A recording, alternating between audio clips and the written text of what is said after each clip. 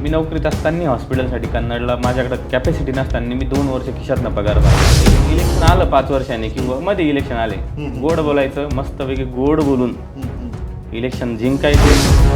तोपर्यंत दम नसतो. जेव्हा टक्केवारी घेतली ना, कॉन्ट्रॅक्टर समोर तुझी मानवरती नाही होऊ शकत. आणि तो दम ह्या राजकारणात होतो. त्यात कुशल अकुशल, सेंट्रलचा अकुशलला निधी असतो, पाहिजे तेवढा निधी असतो. तुम्ही 1000 कोटी करावं. एक मोठा डकेत एक छोटा डकेत. या छोट्या डकेतनी काय केलं, लोकांकडनं 50,000 रुपये विहिरीप्रमाणे पैसे जमा केले. आता टीका करत बसलं तर मग मला बोलायला फार आहे, पण टीका करायची हंगामा खडा करणं मेरा मकसद नाही आहे. केली, पण तिथपर्यंत जावं लागलं, समजून सांगावं लागलं. पब्लिक इश्यू आहे हे समजून सांगावं लागतं. माझं काही वैयक्तिक कोणावर आहे मतदारांचा भरोसा? कोण करणार तुमच्या जिल्हा परिषद गटाचे नेतृत्व? आणि कोण बनणार पंचायत समिती मेंबर? रोखठोक प्रश्न आणि बेधडक उत्तरे जाणून घ्या माझ्यासोबत मंथन मराठीच्या कट्ट्यावर.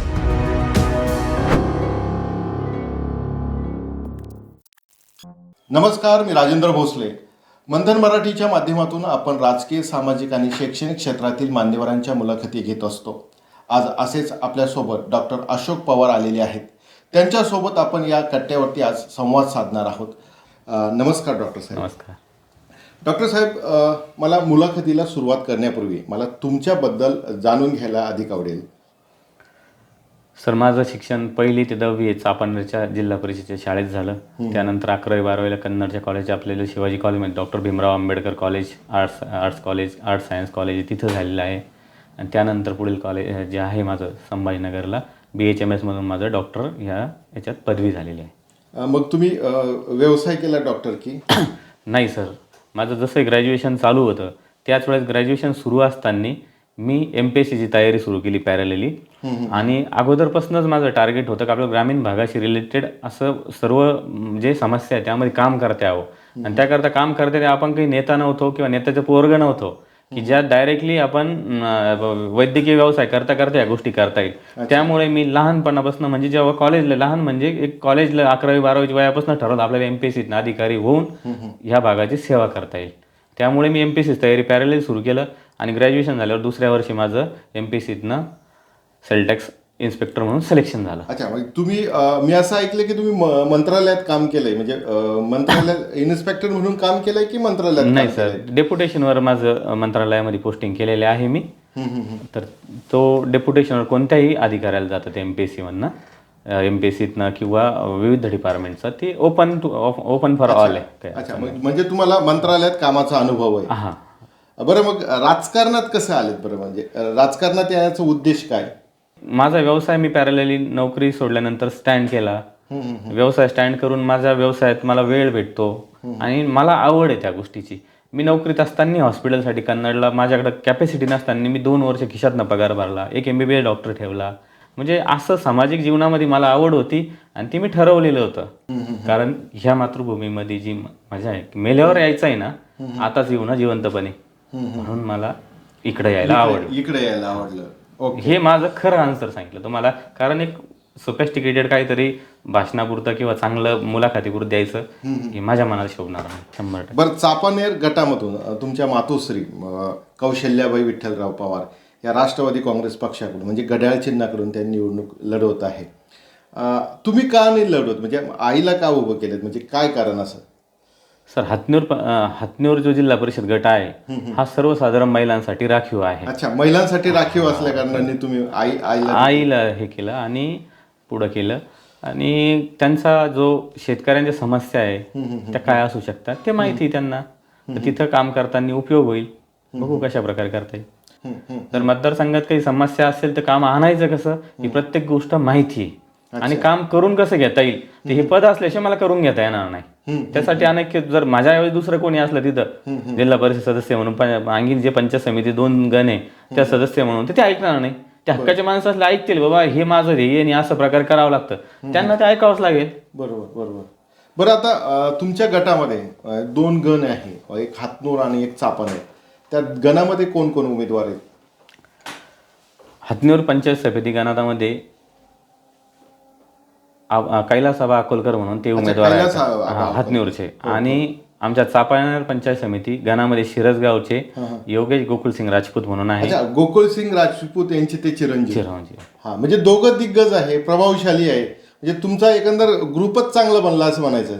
हा, आता तो एक निसर्गाचं किमया म्हणता येईल किंवा माझं काही राजकारणातलं कोणताही हे नव्हतं असं. ते प्रामाणिक भूमिका तुमची बघून राजकारणाची पार्श्वभूमी नाही, पण हे दोन उमेदवार तुम्हाला त्याची गणामध्ये हिस्ट्री मिळाले. अशी सर की ते दोघेही जिल्हा परिषद लढणार होते. तुम्हाला रिअल सांगतो. गोकुळसिंग ऑलरेडी लढलेले आहे, ते सदस्य होते, दूध संघाचे चेअरमन, ते पातळीवर त्यांच्या खूप आज मोठ्या लेवलला आहे. खासदार महोदय असू द्या, वेगळे त्यांचे काम करतात. ते दोघेही लढणार होते. परंतु त्यांच्या चिरंजीवाला जेव्हा भूमिका कळली, त्यांच्या चिरंजीव म्हटले की तुम्ही लढा भाऊ. तेच कैलासबाच्या बाबतीत झालं. त्यांची उमेदवारी राष्ट्रवादीकडनं डिक्लेअर होती. परंतु त्यांना जेव्हा माहिती होतं का प्रामाणिकपणे हा माणसाकडे आहे, तर हा माणूस आपल्या भागाला न्याय देऊ शकतो, त्यांनी स्वतः म्हणजे विषय झाला आमचा. तर त्यांनी सांगितलं डॉक्टर साहेब आम्ही पंचायत समिती लढतो आणि सिनियर आहे कामाने पण सर्व गोष्टींनी पण. पण त्यांनी लढायला म्हणजे सांगितलं मला, दोघांनी सन्मान दिला, त्याबद्दल खरंच त्या दोघांचे मोठेपण त्या गोष्टी.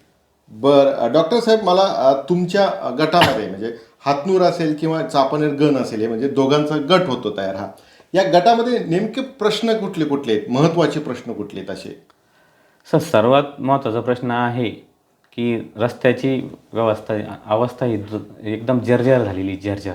अरे बापरे. हा, तुम्ही जर गुदम्याला गेले, खेड्याला गेले, खेड्यात चापानेरवरून चापानेर फाट्यावरून जिथं एंट्री होती खेड्या गावाला, तिथं कमीत कमी 10 ते 20 लोक पडलेले आहेत आणि ओळखू येत नव्हतं पडल्यावर. आणि ते पाणी इतकं होतं की एक छोटा केटी बंधारा तयार होईल तिथं. अरे बापरे. आणि तो प्रश्न विविध फेसबुक, व्हॉट्सअपवर आलेला आहे, पेपरला पण आलेला आहे, तुम्ही सोशल मीडियावर ते बघू शकता. तर कोणी त्याची दखल नाही घेतली. मी त्या काळात मुंबईला माझ्या वैयक्तिक कामासाठी आता फोन आला खेड्यावरनं, डॉक्टर साहेब तुमच्याकडनं अपेक्षा आहे. मग मी इथल्या प्रशासनाला फोन लावला, म्हटलं आम्हाला तुम्ही गौण खनिजची परमिशन द्या, आम्हाला तिथे गौण खनिजचं याच्याकरता तिथे भरावं लागेल ते, आणि तुम्ही परमिशन देऊन आम्ही वैयक्तिक खर्चातून भरून घेतो सगळे. हा, 1 वर्षापूर्वी ते इलेक्शन वगैरे ह्या ते काहीच गोष्टी ना, 2 वर्षापूर्वी, 1 वर्ष झालं असं. तर प्रशासनात त्यावेळेस खरंच प्रशासन आपण काम सहकार्य केलं तेही करतात. त्यांनी सांगितलं नाही साहेब आम्ही भरून घेतो. त्यांनी PWDला कॉन्फरन्सवर कॉल घेतला, त्यांनी तात्पुरतं ते तरी भरलेलं आहे, परंतु अद्याप तो रोड आणखीन काही झालेला नाहीये. असंच जळगाव घाटची अवस्था आहे. तिथली समस्या तशीच, डागडुगीचे दरवर्षी पैसे निघतात, काम निघतात, पण कॉन्ट्रॅक्टर काही अधिकाऱ्यांना सुद्धा दाद देत नाही कधी कधी. तर पण डागडुगीचं काम व्यवस्थित होत नाही. असे जवळ रस्त्याचेच मोठे प्रश्न आहेत तुमच्या गटामध्ये जास्त नाही, दुसऱ्याही भरपूर समस्या. ज्वलंत प्रश्न सांगा मला, असा एखादा प्रश्न की तो खूप ज्वलंत आहे असा. ज्वलंत प्रश्न असा आहे की आमच्या हातनूर पंचायत समिती गण आणि चापानेर पंचायत समिती म्हणजे हातनूर जो जिल्हा परिषद गट आहे, याला एक साखऱ्या रोग झालेला आहे, म्हणजे डायबिटीज झालेला आहे त्याला. की कोणताही इलेक्शन आलं 5 वर्षांनी किंवा मध्ये इलेक्शन आले, गोड बोलायचं, मस्तपैकी गोड बोलून इलेक्शन जिंकायचे. लोकांना कसं गोड बोलले ते भोळे बाबडे, ग्रामीण जनता म्हणजे भोळे बाबडे, सरळ गोड बोललं, थोडंसं बोललं, मोठ्या माणसाने गोड बोललं, एकदम जनताला वाटतं अरे हा ठीक आहे, माणूस एवढा मोठा माणूस बोलतोय कोणी, तर माणूस फसून जातो आणि तो वोट करून टाकतो. काही गोष्टीत काय साखरीचं काय असतं, दुष्परिणाम सुरुवातीला फायदा नसतो, दुष्परिणाम नसतं, तर ते शरीराला एक अवयव निकामी करतं. तसं माझा मतदार म्हणजे जो जिल्हा परिषदचा गट आहे हा एक अवयव निकामी करत चाललेला आहे. म्हणजे शाळा, आरोग्य, त्याच्या एक गोष्टीवर आपण चर्चा करू शकतो. पण इतका दुर्धर झालेला आहे की हा जर काळजी नाही घेतली गेली, आता जर त्याच्यावर ट्रीटमेंट नाही झाली, बरोबर, तर काळ आपला विनाश करायला बसलेला आहे. आणि तो विनाश आपल्यालाच रोखायचा आहे, म्हणून मी उतरायचा निर्णय. तुम्ही वैद्यकीय भाषेमध्ये तुमच्या पेशा असल्या त्या भाषेत समर्पक नाही, तिथं तशी परिस्थिती आहे. मी ते एक लॉजिकली आता बोलण्याच्या ओघात आलं माझ्या मनामध्ये की तो आजार तसंच झालेला आहे. म्हणजे वाईट नाही माणसं तिथं निवडून येणारे, बरोबर, परंतु साखऱ्या रोगासारखं आहे की कामच नाही होत ना. मग काय काम ट्रीटमेंट होत नाही त्याच्यावरती. आपण आता तुमच्या बोलण्यातून मला कळालं की अनेक प्रश्न प्रलंबित, खूप भयावह परिस्थिती त्या रस्त्यांची. तर मला एक सांगा, नेमकं कोण जबाबदार आहे, का नाही झाले, अपूर्ण आहे का पूर्णच केले नाही किंवा सुरुवातच केली नाही रस्त्याच्या कामांना? बिलं निघतात वारंवार, अधिकाऱ्यांकडनं बोलून घ्या. कामं करायला जेव्हा आपण टक्केवारी घेत नाही तेव्हाच आपल्यामध्ये दम असतो बोलायला, तोपर्यंत दम नसतो. जेव्हा टक्केवारी घेतली ना, कॉन्ट्रॅक्टर समोर तुझी मानवरती नाही होऊ शकत. आणि तो दम ह्या राजकारणामध्ये म्हणजे सर्व नाही म्हणत मी, ज्या आमच्या गटामध्ये असतात यांच्यामध्ये दम नाही तो बोलायचा. का हिंमत नाही करत. हिंमत का नाही होत? तुम्ही पहिले जर त्याच्याकडनं पैसे घेतलेत कशी हिंमत होईल? मला एक सांगा की कांदा जाळीचे प्रश्न आहे, विहिरीचे अजूनही काहीतरी प्रश्न आपण मगाशी बोलताना तुम्ही सांगितले, तर काय नेमके काय प्रश्न आहेत अजून? कांदा चाळ, विहीर आणि गायगोठा ही 3 प्रकार आहे. ही पंचायत समितीकडून रोजगार हमीतून होतं. त्यात कुशल अकुशल, सेंट्रलचा अकुशलला निधी असतो, पाहिजे तेवढा निधी असतो. तुम्ही 1000 कोटी करा, कुशल 1000 कोटी निधी हळूहळू सेंट्रलकडे होतो, स्टेट गव्हर्नमेंट. कुशलचा हा स्टेटचा असतो, बरोबर. तर यामध्ये काय झालं, मागच्या 5 वर्षामध्ये एकदम भरघोस मताने एक नवीन व्यक्तिमत्व होतं, त्यांना निवडून दिलं जनतेने. अच्छा. त्यांनी डकेती टाकली. जर धुरंधर मूवी आले ना, त्यात 2 डकेत असतात, एक मोठा डकेत एक छोटा डकेत. या छोट्या डकेतनी काय केलं, लोकांकडनं 50,000 रुपये विहिरीप्रमाणे पैसे जमा केले, गोठ्याचे गाई गोठ्याचे. असे 7-8 करोड रुपये जमा झाले. ते पैसे गेले कुठं, त्याचा शोध घ्यायला पाहिजे. गेले कुठं, त्यांनी कोणाला दिले, अधिकाऱ्यांना दिले का, माणसांना दिले का, त्याचा शोध व्हायला पाहिजे ना. नाही घेतला गेला, तो डकेत पळून गेला. हा म्हणजे निवडून येणे डकेती घालणे हा मतदारसंघाचा एक धुरंधरचा पॅटर्न जसं मूवी पाहिला आपण आता तसं झालाय की पंचायत समिती सदस्य व्हायचं, झेडपी सदस्य व्हायचं आणि डकेती घालायची.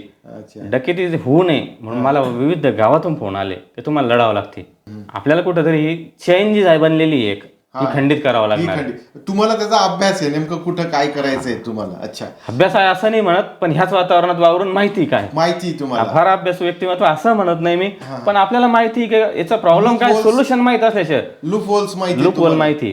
कारण फक्त हंगामा करणं हे मकसद नाही पाहिजे आपला, त्याला सोल्युशन काम करायचंय. कोणाला नाव ठेवून क्रिटिसाइज करून नाहीये, बरोबर. परंतु आपण बोलल्याशिवाय पण नाही होणार आहे ना. ती चैन कुठं तर खंडित करावी लागणार आहे. ग्रामपंचायतची जी काय कशी स्थिती आहे तुमच्या भागातील? म्हणजे बऱ्याच म्हणजे ग्रामपंचायतीत ज्याच्या त्याच्या हिशोबाने जे ते कामं करतात आणतात.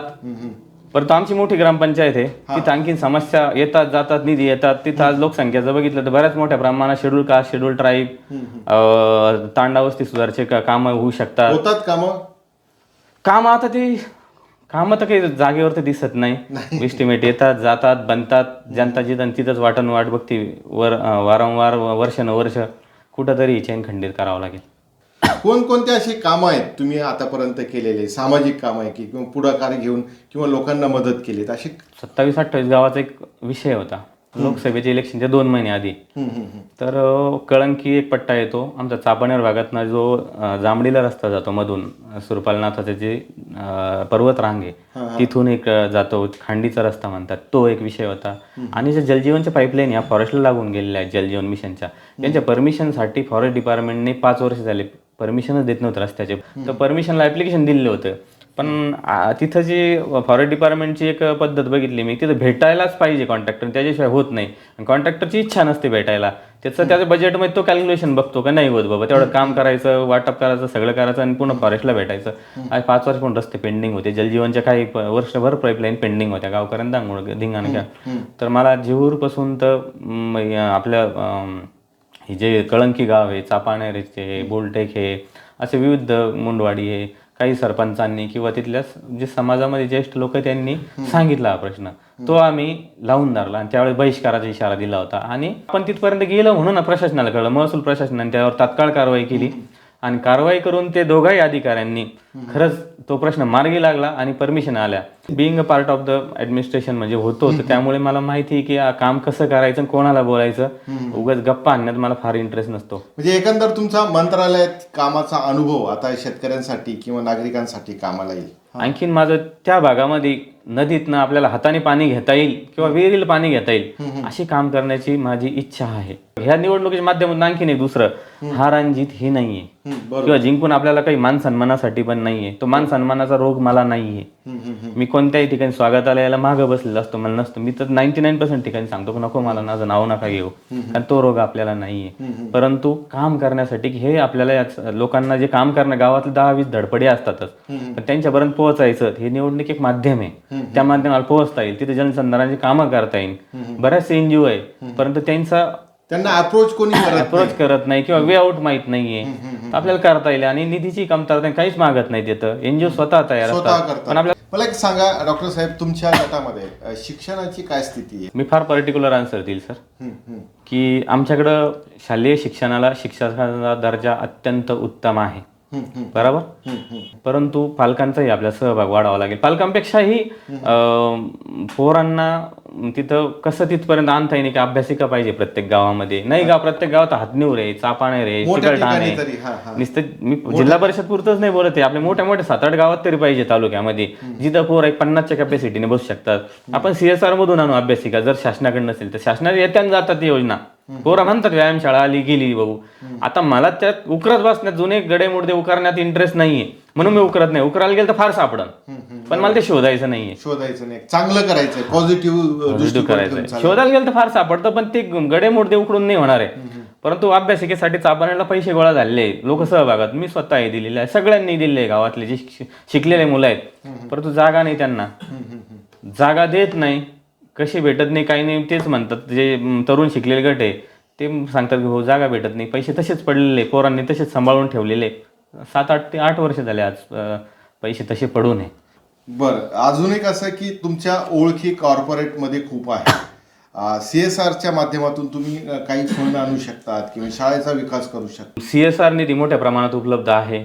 काही गंगापूर सारख्या तालुक्यात काही जे मोठे लोक आहेत, चांगले प्रभावशाली, त्यांनी आणून त्यांच्या मतदारसंघात काम केलेले आहेत. तसं आपण जिल्हा परिषद पुरतं आणू शकतो. शाळेसाठी जे जे आहेत इश्यू, शाळाचे चांगल्या क्वालिटी दर्जाच्या शाळा डेव्हलप व्हायला पाहिजे. तर काही फंड म्हणजे काही तो कोणाच खिशात नाही घालायचा आहे. ते कंपन्यांचा खूप स्ट्रिक्ट नियम असतात कडक. त्यांचे स्वतःच्या NGO येऊन काम करतात, ज्या खरंच चांगलं काम करणार आहेत त्या, आणि काम करू. गंगापूरला जाऊन तुम्ही बघा, चेक डॅम, बरेच पाझर तलाव किंवा जे मोठे डॅम झालेत, हे डॅम जे झाले CSR मधनं कोटी 10 कोटी लाख लिटर पाण्याचे असतात ते छोटे छोटे. आणि छोटे जे काम असतात ते प्रभावी असतात. मोठं डॅम अनेक लोकांची जमीन हिसकावून घेतो. मोठे नेत्यांना हे सुद्धा माहित नाही, अनेक जे काम करतात की CSR फंड असतो काय, कसा उपयोग करून घ्यावा आपल्या भागात. त्यामध्ये आपले वैयक्तिक रिलेशन आणि तुमचा प्रामाणिकपणा पाहिजे. की तुमचा प्रामाणिकपणा असल्याशिवाय तुम्हाला मी समजून सांगितलं तिथं, आणि तुमच्या मनात जर थोडं तरी पाप आहे ना, तुम्हाला पैसे खायचे ना त्यात, समोरचं देणार नाही तुम्हाला. बरोबर. तुमचं काम शुद्ध पवित्र हेतू पाहिजे तिथं, आणि ना की तुमचा पोट भरायचा धंदा ज्याच्यावर असतात तशा कंपन्या देत नाही, उभं करत नाही. ते काम बी प्रॉपर करतात, पण त्यांना नाही करता इथं आपल्याला तिथपर्यंत जावं लागेल, इथले सगळे लोकांचा साथ लागेल, आणि एक निवडणुकीच्या माध्यमातून त्यांच्यापर्यंत जाता येत. बर, दुसरं असं की अनेकदा आपण ऐकतो की 25-15 हेड आहे, ह्या हेड मधून अमुक काम झालं. काय भानगड आहे 25-15 हे? आता काय मंत्रालयामधलं एक हेड येते की 25-15 मध्ये एक निधी येतो विविध विकास कामासाठी, आणि त्याला अंतिम मंजुरी मंत्रालयातून येतील. त्याला जास्त काही असं किचकट प्रोसिजर नाही, सर्वात सोपं आहे. तर महाराष्ट्रातनं विविध भागातनं लोक, कानाकोपऱ्यातनं, जे एकदम म्हणजे गावामध्ये ग्रामपंचायत सदस्य असणारे लोक आणतात आणि गावात काहीतरी करून दाखवतात. काही लोक फार होतकरू आहे महाराष्ट्रात करणारे. असे मी अनेक मित्र, सरपंच, सिनियर, ज्युनियर काय असतील ते मित्र, पुढारी बघितले, खरंच मन लावून करतात, आणतात. तसं इथं काही आणता येते का? आपण विविध लोकांना चांगलं बोलून व्यवस्थितरित्या रिप्रेझेंटेशन देऊन आणता येईल. जिल्हा परिषद गटामध्ये काम करता येईल. आणि भांडण करूनच नाही होणार कोणासोबतही. आमदार असतील, खासदार असतील, मंत्री असतील, यांनाही आपल्या भागात समस्या समजून सांगून वेळोवेळी फॉलोअप घेऊन आपल्याला करावा लागेल तो. आणि तसं ते 25-15 हेड असं आहे की त्याच्यातनं एका भागाचा कायापालट होऊ शकतो, निधी येऊ शकतो चांगला. अच्छा, तांडा वस्ती सुधार योजना अशी एक योजना आपण ऐकतो. तुमच्या भागामध्ये तांडे आहेत, त्या बाबतीत तुमचं काय विजन आहे? म्हणजे तुम्ही कसा त्याचा सुधार करणार किंवा त्यासाठी काय तुम्ही प्रयत्न करणार? खरंच महाराष्ट्र शासनाने अत्यंत सुंदर योजना आणलेली, परंतु ती कॉन्ट्रॅक्टर सुधार होऊन बसली, कारण त्या लोकांपर्यंत जात नाहीये. आज सकाळीच मी गुदम्याला गेलो होतो. गुदम्या तांडा, चापानेर तांडा, आणि तिथं हनुमान नगर, रामनगर असा तो 3 गावाचा एरिया आहे. खरंच इतकी म्हणजे त्या गावांना गरज आहे तशा योजनांची, गरज आहे. रेल तांड्याला बघितलं मी, प्रयत्न करत नाही किंवा ते फॉलोअप घेत नाही तिथं. जिल्हा परिषद सदस्य, पंचायत समिती सदस्य हे लोक, आणि ते जनावर आहे का तिथं राहतात ना तिथं, रस्ते माणसं राहतात सगळे. आणि तुम्ही आज खेडागाव आहे, जवळी गाव आहे, कसे झालेले आहेत. हे तांडा सुधारला, हे जे तांडे आहेत हे नक्की येऊ शकतात. शासनाचा निधी पडू नये, फॉलोअप घ्यायचा. ते बऱ्याच प्रमाणामध्ये कामं न होतं, कॉन्ट्रॅक्ट उचललं शासनाने. आता नवीन कामं त्यांना बंद केलं होतं 6 महिने. आता मला वाटतं बऱ्यापैकी चालू होतील नंतर, आता या निवडणुका झाल्यावर. परंतु तळागाळापर्यंत तो पोहोचला पाहिजे, काम झाला पाहिजे. त्यातनं तांडे जे शासनाचा संकल्प आहे तो उभा राहायला पाहिजे. उभा राहून आपल्याला ते तांडे डेव्हलप करावं लागेल. त्याचा जो तांडा सुधार आहे, कॉन्ट्रॅक्टर सुधार व्हायचे आणि प्रॉपर तांडा सुधार व्हायला पाहिजे आणि त्यातला रोल मॉडेल एकतरी तांडा करावा लागणार आहे आपल्याला. अच्छा. आणि अनुसूचित जातीच्या पण काही योजना असतात, त्या योजना काय असतात आणि त्या बाबतीत तुमचं काय विजन आहे? अनुसूचित जातीचा जो निधी लोकसंख्येच्या प्रमाणात येतो किंवा योजना आहे काही शासनाच्या, त्या ठिकाणी आपल्याला आता माझ्या चापणेर गावामध्ये आहे, हतनूर गावामध्ये आहे, जिथे जी संख्या आहे, शिरसगाव गावात आहे, तिथं आपल्याला प्रयत्न करून आणावं लागेल. तिथं प्रॉपर ते कामं नीट करून घ्यावं लागेल. तर ते कामं 10, 20, 25 त्याच्या जाईत जे शासनाने ठरवले त्याप्रमाणे टिकेल. अच्छा. आणि मनापासून केलं तर तो निधी शासनाकडे पडू नये. तुम्ही आजही शासनाला एक माहितीच्या आधारात विचारा, निधी वापस जातो, पडतो, खाली राहतो. कारण खाली काम करणारी यंत्रणा फॉलोअप घेत नाही, करत नाही किंवा विविध म्हणजे पर्टिक्युलर भागच डेव्हलप होऊ लागला. आपले काही तालुके असे की ते विकासापासून कायमचे वंचित आहे. त्यामुळे त्या वंचित घटकापर्यंत जर जायचं असेल आपल्याला तर हे आणावं लागेल आपल्या भागात. पश्चिम महाराष्ट्रातले गावं बघा ना तुम्ही कसे सुंदर डेव्हलप झालेले आहेत. का झाले? ते लोक भांडून तंडून नेतात ना, बरोबर की नाही? तसं आपल्या जनतेलाही भांडावं लागेल, तंडावं लागेल, जावं लागेल तिथपर्यंत, करावं लागेल. सगळ्याच ज्या लोक आहेत राजकीय जीवनामध्ये काम करतायत प्रपदावर, हे करायला पाहिजे, तेव्हा ह्या तांड्यांचा कायापालट होईल. बरं. आणि अनुसूचित जमातीचे पण अनेक प्रश्न आहेत, त्याबद्दल काय तुम्ही सांगाल? तर महाराष्ट्र शासनाचा आज बराच निधी म्हणजे मराठवाड्यामधला असू द्या की महाराष्ट्रात कुठल्याही भागातला अनुसूचित जमातीत खर्च होत नाही. का की प्रॉपर काम करण्याची तयारी आपल्याला दाखवावं लागेल. की त्या जमाती आज हजारो वर्षापासून जंगलात होत्या, जंगलातून आज सामाजिक मुख्य प्रवाहात आणायच्या आपल्याला. त्यांना शिक्षणापासून वंचित आहे, त्यांना मुख्य प्रवाहात आणायचं, त्या योजना आपल्याला राबवायला. शासनाकडे पैसा नाही का आहे, आपल्याला तिथपर्यंत एकच माणूस आपल्याला वाटतं सर्व गोष्टी खासदाराने करावा, सर्वच गोष्टी आमदारांनी करावा आणि सगळ्याच गोष्टी मंत्र्यांनी करावा. हे जे लोकल सेल्फ गव्हर्नमेंट हे जे दिलेलं आहे, यांनाही उभं राहावं लागेल, वेळोवेळी फॉलोअप घ्यावा लागेल, सगळ्यांचाच फॉलोअप घ्यावा लागतो आणि करून घ्यावा लागेल. आता आपल्याला जर स्थानिक स्वराज्य संस्थेच्याच पुढाऱ्यांना जर पैसे खाऊन घ्यायचे असेल, त्यांनाही कळतं की याचा हेतू काय. कामं करून घेतलं तर तेही कामं करतील. त्यांनाही 10 वेळेस बोलून आपल्याला ह्या मोठ्या लोकांनाही बोलून कामं जर करून घेतले, मला नाही वाटत की चांगले साथ दिलेत लोक करतात. आपण आपलं छोटं विश्व आहे ना तेवढं नीट करावं. बरोबर. शेतकऱ्यांसाठीच्या काय योजना आणणार तुम्ही किंवा त्यांच्या बाबतीत तुम्ही काय विचार करतात? शेतकऱ्यांचं मुख्य जे आता जे प्रश्न आहे, एक तर इथं शेतकऱ्यांमध्ये पोरांना इथं रोजगार भेटायला पाहिजे. कारण आज शेतात काम केल्यानंतर 2 तासात काम होऊन जातं का, 2 एकर मध्ये त्याचं काम 8 दिवसातून 1च दिवस आहे. तर शेतकऱ्यांना काहीतरी उद्योगधंदे छोटे छोटे, माझं असं फार मोठ्या फॅक्टरी टाकायचं. जोड व्यवसाय तेच झाले. लोकांना वाटतं जोड व्यवसाय म्हणजे कोंबडी फार्म, बकरी फार्म हेच नाहीये, ते करावं करणार आहे, चांगलं करतात. परंतु मॅन्युफॅक्चरिंग मध्ये आपल्याला जावं लागेल, प्रयत्न करावा लागेल, लोकांना सोबत घ्यावं लागेल, विश्वास द्यावा लागेल, काही त्यातला रोल मॉडेल सिलेक्ट करावं लागेल आणि ते करणार आहे मी. सिलेक्ट म्हणजे त्याला वेळ लागला तरी चालेल, 1 वर्ष 2 वर्षात माझा प्रयत्न सुरू आहे त्या. बरं. आता आपण बघतो की नैसर्गिक आपत्ती येते त्यावेळेस शेतकऱ्यांना मदतीची अपेक्षा असते.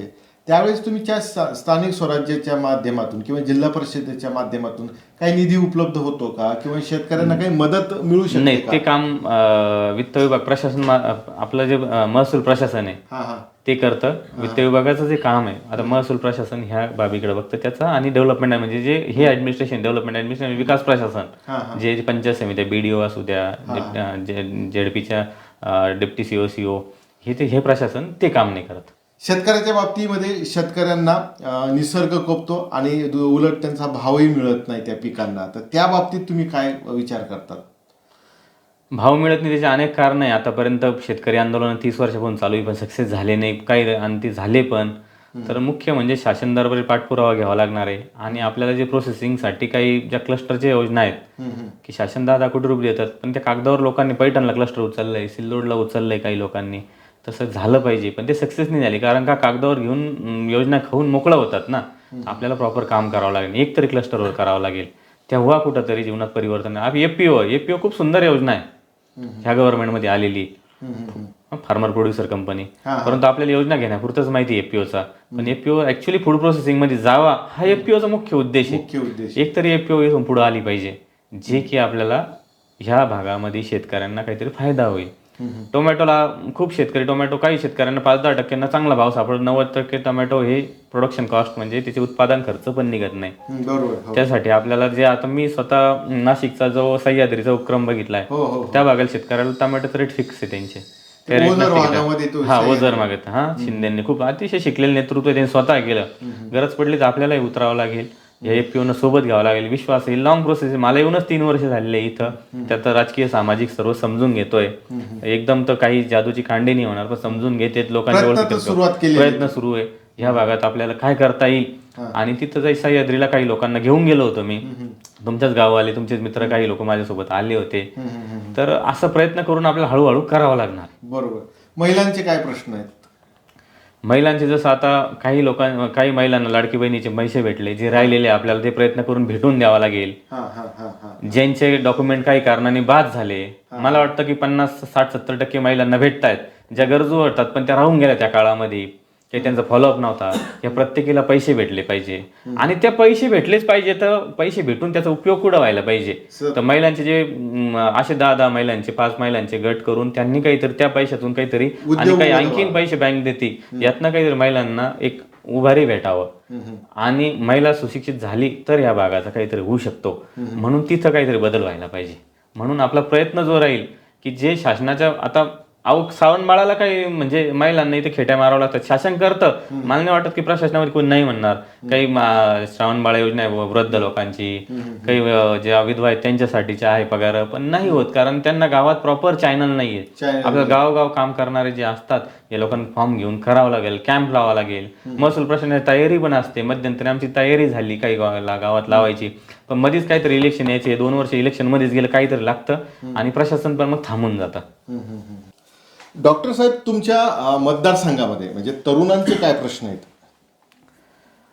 मुळात तरुणांचं जर ज्यांचं ग्रॅज्युएट झालेलं आहे, रोजगाराचं म्हणजे सर्वांनाच नोकरी लागते अशी नाहीये. शेतीचा आपला उद्योगधंदा करून पोरांचं काही 2-2.5 एकर 1 एकर शेती झालेली आहे.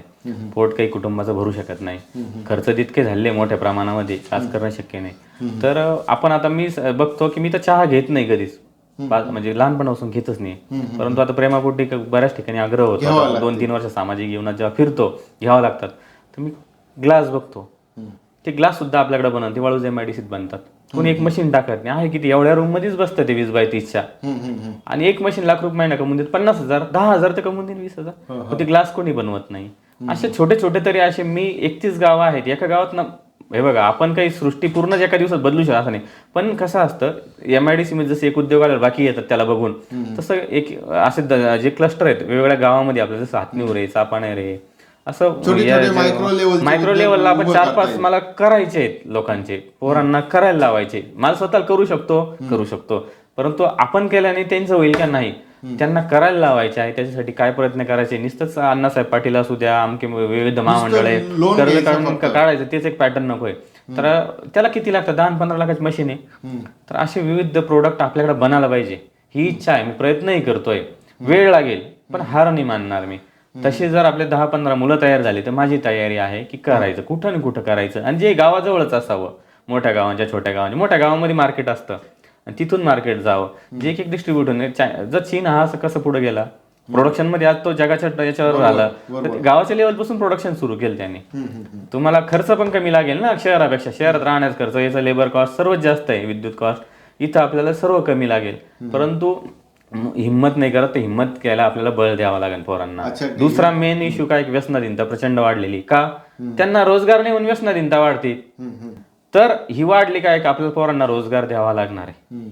ज्याला काम करण्याची इच्छा नाही त्याच्याबद्दल सोडून द्या. पण काही लोक असे ज्यांना काम करण्याची इच्छा आहे, पण ते शिक्षण आहे, काम आहे, परंतु त्यांना मार्गदर्शन नाही किंवा आपल्या भागामध्ये ते एक कल्चर नाही, वातावरण नाही. आपलं वातावरण निर्मिती करावं लागेल. प्रयत्न केलेले नाही, तर आपल्याला प्रयत्न करावा लागेल. जाणून बुजून प्रयत्न केले तर गोष्टी होतात. जाणून बुजून अभ्यास करतो तेव्हा आपण परीक्षा पास होतो. बरोबर. चालत चालत गोष्टी, नॉलेजच्या गोष्टी सगळ्यांना माहिती. आपण जे अभ्यास करतो ते माहित नसतं का आपल्याला? माहित असतं, चालता बोलता वाचलेलं असतं, पेपर, परंतु पुस्तक वाचून जाणीवपूर्वक करावं लागेल.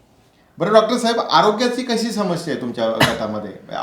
आरोग्याच्या शासनाचं इन्फ्रास्ट्रक्चर येतं, उभं राहतं, चालवण्यासाठी यंत्रणा नसते. जिल्हा परिषदला बसून तिथं माणसाची बदली करून आणणे करणे. मागे एक सुंदर डॉक्टर आले, डॉक्टर हेमंत राठोड, त्यांनी राजीनामा दिला कंटाळून लोकलच्या इश्यूंना.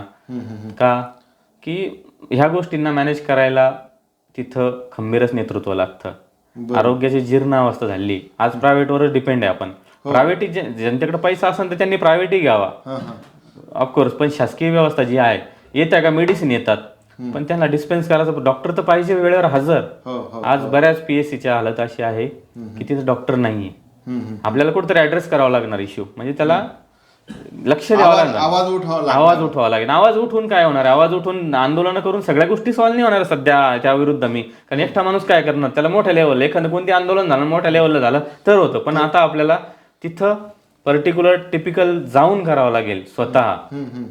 जरुरी नाही का आपणच बसलेलं पाहिजे, पण चांगले लोक निवडून देऊन करावं लागेल. मी तर काही उमेदवार नाही, जरी आहे तरी, पण काम करून घ्यावं लागेल. पंचायत समिती सदस्य, जिल्हा परिषद सदस्य स्वतः तिथं आपल्याला जावं लागणार आहे. जिल्हा परिषदचे CEO असो, ॲडिशनल CEO असो, डेप्टी CEO. माझे सध्याचे batchmate additional CEO, deputy CEO रँकला आहेत. माझे बॅचमेट डेप्टी CEO रँकला, ते सिलेक्शन ग्रेडला, ॲडिशनल CEOच्या सिलेक्शन ग्रेडला. असे 500-600 बॅचमेट डेप्टी. ह्याच डेव्हलपमेंट ॲडमिनिस्ट्रेशन म्हणजे विकास प्रशासन म्हणता याला, जे लोकल सेल्फ गव्हर्नमेंट स्थानिक स्वराज्य संस्था, यामध्ये अनेक लोक आहेत. आपण गेलो तर करतील. ह्या भागाचे जे इश्यू करू आपण. बरोबर. आपल्याला जर आणि मध्यंतरी असं ऐकलं की डॉक्टर साहेब निवडणुकीच्या या प्रक्रियेमध्ये भाग घेणार नाही.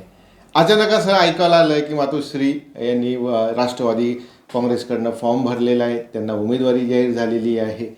नेमकं काय प्रकरण होतं? म्हणजे का तुम्ही अचानक निर्णय घेतला परत? तुमची इन्फॉर्मेशन बरोबर आहे, तुमचा अभ्यास बी चांगला दिसतोय त्या बाबतीत. तर ॲक्च्युली माझं काही तसं हे नव्हतं इलेक्शनचं, जिल्हा परिषदचं, पंचायत समितीचं, असं काही इश्यू नव्हता जिल्हा परिषदचा. परंतु माझ्या गावाच्या आजूबाजूला कमीत कमी 25-30 गावात विविध लोकांचे फोन येतात 2 महिन्यापासून, म्हणजे 3 महिन्यापासून. खूप त्यांनी मला विनंत्या केल्या. मी समोर आणू शकतो, जर तुम्हाला पुरावाच पाहिजे पत्रकार म्हणून तर मी समोर आणू शकतो.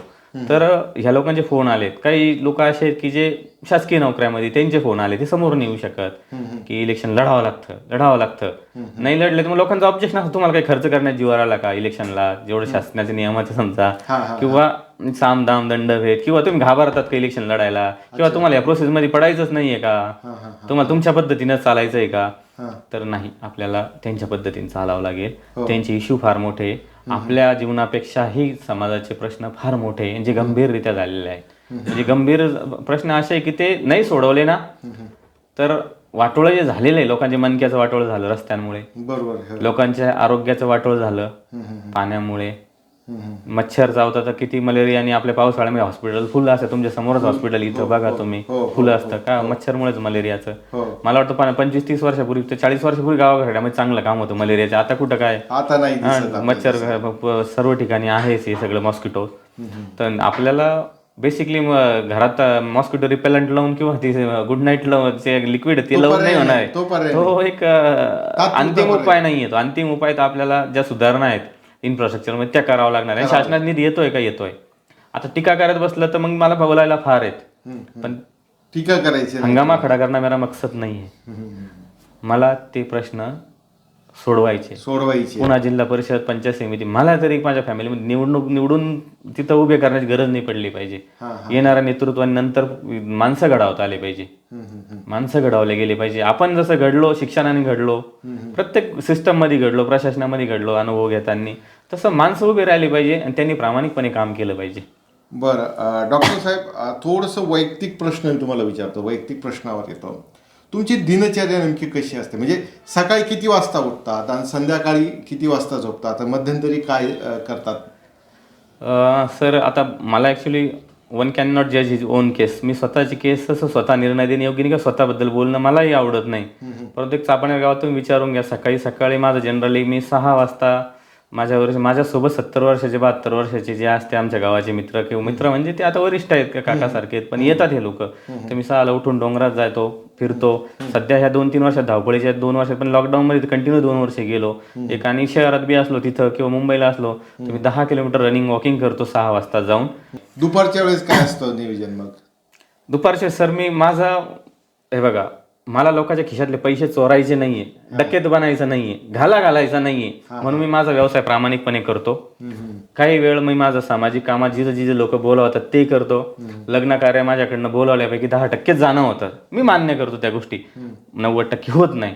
परंतु लोक जे कामं सांगतात, तहसील, पोलीस स्टेशन, माझ्याकडनं जवळपास 99% कामाला न्याय देणं होतं. आणि माझं एक मी त्या गोष्टीला कोणती ऍडव्हर्टाइजमेंट गाजावाजाने पहिलीच मुलाखत आहे. मी आतापर्यंत सोशल मीडियावर मुलाखती दिली नाही, तुमच्याकडे कोणत्याही पत्रकाराकडे दिलेली नाहीये. तर गाजावाजा करणंही जमलं नाही. किंवा ती आपल्याला येत नसावं, ती कला नसावी आपल्याकडं. बरोबर. तर अशा प्रकारे मी चालू राहू देतो माझं जे होईल ते. आणि मधल्या वेळेस मग जसं इकडं गावात भेटन छोटे छोटे, आपण काही पहाड लोक म्हणत नाही पण नवीन डोंगर निर्मिती करा, पण जे छोटे इश्यू आहे ते करावं लागतात. ते करावं लागेल. आणि प्रशासनही खूप पॉझिटिव्ह रिस्पॉन्स देतं. बरं डॉक्टर साहेब, आता शेवटच्या प्रश्नाकडे आपण बोलूया. नेमकं व्हिजन कसं आहे तुमचं, म्हणजे जिल्हा परिषद गट तुमचा आदर्श जिल्हा परिषद गट कसा असावा? मला तर बडे बडे सपने आणि छोटे छोटे काम येणे जमणार. मी एकदम सिंपल सांगतो की कसं की मोठ्या मोठ्या गप्पा मारायच्या, उद्या मला सामोरे जायला पाहिजे तेवढंच मी बोलणार आहे. जे रस्त्याच्या समस्या आहे ते रस्तेही निदान तुमचे 8-10 वर्षाचे टिकल्यावर जेवढे लाईफ त्यांनी गव्हर्नमेंटच्या एस्टिमेटमध्ये दिले इतके वर्ष टिकावं, तितकं टिकावं. तसे सुंदर स्वच्छ चांगले कामं करून घ्यायचे रस्त्याचे. पहिला मुद्दा. एकही गाव खेडा वस्ती आणि शेताचे जे पानद रस्ते आहेत एकही चांगले, म्हणजे एकदम अत्यंत उत्तम दर्जाचे बनावं, जे की ह्या भागात जन्म घेतल्याचा प्रत्येक माणसाला आनंद व्हावा की मी इथला आहे, माझा भागाचं काहीतरी चांगलं झालेलं आहे. याच्यात गाजावाजा गरज नाही. मग काय होतं, मग या गाजावाजाने एक श्रेय घ्यायचं, याच्यामधून मग एकमेकाला विरोध होत चालतो. ते कोणीही केलं तरी आपल्याला ऍक्सेप्ट असेल, पण ही सुरुवात करावं लागेल कुठंतरी. एकाने केलं दुसरा करतो, दुसऱ्याने केलं तिसरा करतो, है की नाही? बरं डॉक्टर साहेब, एक तुम्ही तुमच्या मतदारांना, तुमच्या गटातील गावातील मतदार आहे जेही गाव असेल, त्यांना नेमकं काय आव्हान करशाल बरं ह्या माध्यमातून? काय माझं मागणं हा स्वभाव नाहीये, कारण असं लोकांना आपण विनंती करून भावनिक करून काहीतरी आपलं काम करून घ्यायचं हा माझा स्वभाव नाहीये. म्हणजे मी गेल्या 2005 पासून मंदिरात येऊन दर्शन घेतो, पण काही काही मागितलेलं नाहीये. माझ्या मनाला माहिती, माझ्या मनाला बाहेर नाही माहिती. मी काही त्याचा पुरावाच देऊ शकत नाही. काही गोष्टीत पुरावा देत नाही. हवा इथं आहे, श्वास घेतोय, जगतोय, नाक दाबल्यावरच कळतं हवा आहे. बरोबर. तसं काही गोष्टीत पुरावा नाही त्याने. तसं मी मतदारांना एकच म्हणेन, जो प्रामाणिकपणा करतो, प्रामाणिकपणे काम करेल आणि इथून पुढे तरी चांगलं काम करेल, अशाच माणसाला निवडून द्यायला पाहिजे. माझं आव्हान मी ह्या 3 उमेदवाराचं आहे माझं, की काम चांगलं करून घ्यायचं तिघांकडनंही आहे. ते योगेश राजपूत बी आहे चांगले, त्यांच्या कुटुंबाचा चांगला अनुभव आहे कामाचा, करतील. त्यांचं चांगल्या वरती लेवलला कामं धंदे आणू शकतात. इकडे लोकल लेवल इन्फ्रास्ट्रक्चर जे आहे, रोड रस्ते हे उभे राहू शकतात. तिकडच्या उमेदवारांचा चांगला अनुभव आहे. कैलास अकोलकर, मी स्वतः जिल्हा परिषदला आई आहे, तर मी स्वतः काम करेल तिथं. काय काय इश्यू आहेत ते हँडल करेल. एकंदर चांगली भट्टी जमून आलेली आहे तुमची. असं मी तर स्वतः तोंडाने नाही म्हणत, आता ते लोकच ठरवतील. आणि लोकांची इच्छा होती आणि त्या दोघांनी सामाजिक काम बघून त्यांनी माझं काम बघितलं 3-4 वर्ष, की आता शेटला मी आता ते गोकुळ शेटचं माझं तर म्हणजे आयुष्यात 3दा भेट आहे, म्हणजे 3दा बोललेलं असं ना आम्ही. पण माणसं, तुम्हाला समाज बघत असतो, तुम्हाला हा समाज बघत असतो. तुम्हाला वाटतं का आपल्याला कोणी बघत नाही, माणसं दूध पितच बघत, त्याला वाटतं बघत नाही. तुम्हाला चांगल्या कामात वाईट काम दोन्ही मध्ये बघतं. आपल्या चांगल्या कामात जजमेंटला मग लोक साथ देतात. डॉक्टर साहेब, एक शेवटचं की तुम्ही मातृभूमीविषयी काहीतरी बोलत होते. मी मगाशी तुम्हाला प्रश्न विचारला की तुम्ही मंत्रालय सोडून इथे का आलात, किंवा त्यामागचं तुमचं काहीतरी इंटरेस्टिंग श्लोक होता, तो नेमकं काय बोलता काय बोलले? माझं मुख्य म्हणजे त्याविषयी असं म्हणणं आहे की जननी जन्मभूमीश्च स्वर्गादिपी गरीयसी अपि स्वर्णमयी लंका नमे लक्ष्मण रोचते. हे राम लक्ष्मणाला सांगतो, हे लक्ष्मणा, युद्ध जिंकल्यानंतर की ही स्वर्गावनी सुंदर लंका आहे. खरंच ती लंका स्वर्गावनी सुंदर आजही आहे. ह्या स्वर्गावनी सुंदर लंकेमध्ये, सोन्याच्या लंकेमध्ये माझं मन लागत नाही. माझी मातृभूमी या लंकेपेक्षा अतिशय सुंदर आहे. तशी इथली जी हवा, पाणी, माती, इथले झाड, पशु, वृक्ष आहे, यावर माझं प्रेम आहे. यातच मला जगायचं आहे, यासोबतच जगायचं आहे. जसं माझ्याकडनं फुल नाही फुलाची पाकळी होतीच, वेळ काळ, माझं जे सर्व प्रकारची शक्ती ती मी लावून या मातृभूमीतच राहायचं आहे. आणि ह्या मातीपासून बनलं, या मातीतच मी चालायचं आहे आपल्याला. आणि माझा जो प्रयत्न आहे तो सुरू असेल. खूप सुंदर. तर हे होते डॉक्टर अशोक पवार, एक होतकरू, हुशार, आणि त्यांना प्रशासनाचा अनुभव आहे. आणि हाच प्रशासनाचा अनुभव या जनतेच्या कामासाठी लागू होईल असेच अपेक्षा व्यक्त करूया. डॉक्टर साहेब, तुम्ही मंथन मराठीच्या कट्ट्यावर आलात, आमच्यासोबत मनमोकळेपणे तुम्ही गप्पा मारल्या, त्याबद्दल तुमचे खूप खूप आभार. धन्यवाद.